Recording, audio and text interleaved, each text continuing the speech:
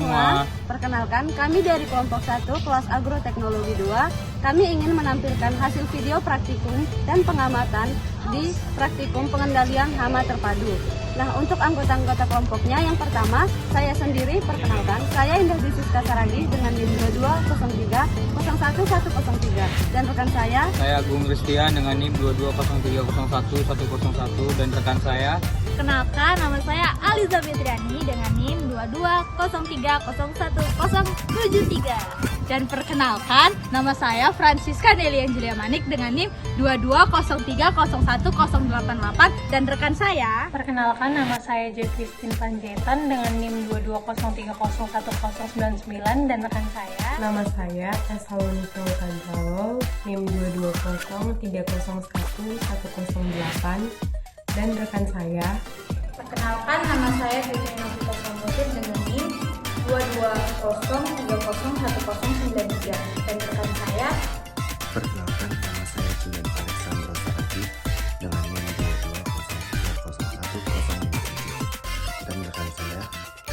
Perkenalkan, nama saya Munir Samosir dengan NIM 2203011002, dan rekan saya Kitananda dengan NIM 2203011006. Dilakukan pembuatan sungkup dengan menggunakan kayu berukuran panjang dan lebar 50 cm x 70 cm dan kain tile dengan panjang 55 dan lebar 75 cm sebanyak 8 buah untuk setiap kelompok.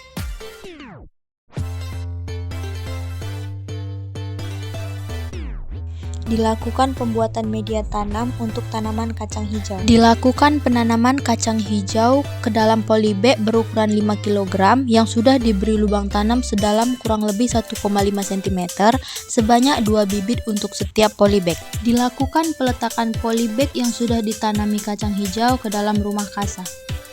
Dilakukan peletakan sungkup untuk menutupi atau menyungkup polybag yang sudah ditanami kacang hijau di dalam rumah kasa. Dilakukan pencarian hama, yaitu hama ulat jengkal dengan ukuran hama kurang lebih 1 cm.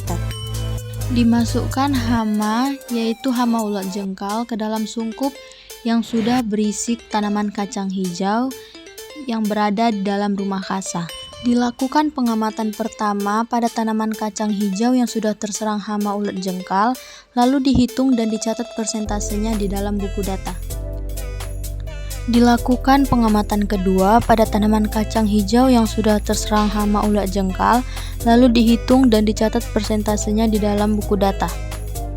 Dilakukan pencarian dan penangkapan musuh alami kumbang koksi dengan nama latin Coccinellidae agar dapat dimasukkan ke dalam sungkup yang sudah berisi hama utama, yaitu sebanyak 6 ekor musuh alami per sungkup.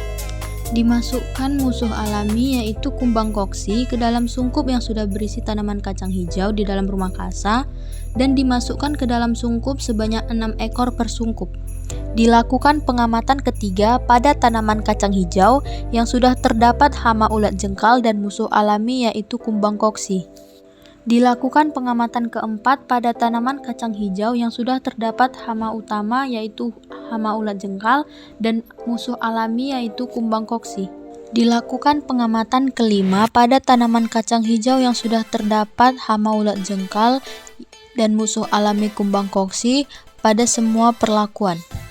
Dilakukan kegiatan penyemprotan insektisida pada perlakuan 3 dan 4, sungkup 5-8, disemprot pada bagian tanaman yang terserang hama. Dilakukan pengamatan ke-6 pada tanaman kacang hijau yang sudah terdapat hama utama, yaitu hama ulat jengkal dan musuh alami kumbang koksi pada semua perlakuan. Dilakukan penyiraman secara rutin pada tanaman kacang hijau agar tanaman tidak mengalami kekurangan air dan media tanam tanaman tidak mengalami kekeringan agar pertumbuhan tanaman tidak terganggu. Dilakukan pengamatan ke-7 pada tanaman kacang hijau yang sudah terdapat hama utama ulat jengkal dan musuh alami kumbang koksi pada semua perlakuan. Kesimpulan dari sungkup 1 dan 2, tanaman ditambah dengan hama ulat jengkal, yaitu yang pertama, pertumbuhan tanaman terhambat, dan yang kedua, serangan hama menyebabkan kerusakan tanaman yang sangat signifikan. Pada sungkup 3 dan 4 dimasukkan tanaman hama yaitu ulat jengkal, kemudian dimasukkan musuh alami yaitu kumbang koksi. Pertumbuhan pada tanaman tersebut mulai terhambat dan populasi hama mulai terkendali ketika dimasukkan musuh alami. Kemudian kerusakan tanaman akibat hama mulai menurun. Pada sungkup 5 dan 6 dengan perlakuan tanaman, hama, dan insektisida. Yang pertama itu pertumbuhan tanaman terhambat sebelum disemprotkan insektisida. Kemudian populasi hama terkendali setelah disemprotkan oleh insektisida, dan tanaman yang diserang hama mulai membaik setelah dilakukan penyemprotan insektisida. Selanjutnya pada sungkup 7 dan 8 di mana ada perlakuan tanaman, hama, musuh alami, serta penggunaan insektisida. Nah, pada awal pertumbuhan tanaman kacang hijau mengalami gejala kerusakan diakibatkan adanya serangan ulat jengkal. Nah, pada minggu berikutnya diberikan musuh alami untuk mengendalikan hama ulat jengkal. Pada minggu berikutnya diberikan penggunaan insektisida di mana dapat membasmi hama ulat jengkal. Nah, dapat dilihat bahwa penggunaan insektisida sebagai langkah terakhir dapat meredakan hama ulat jengkal.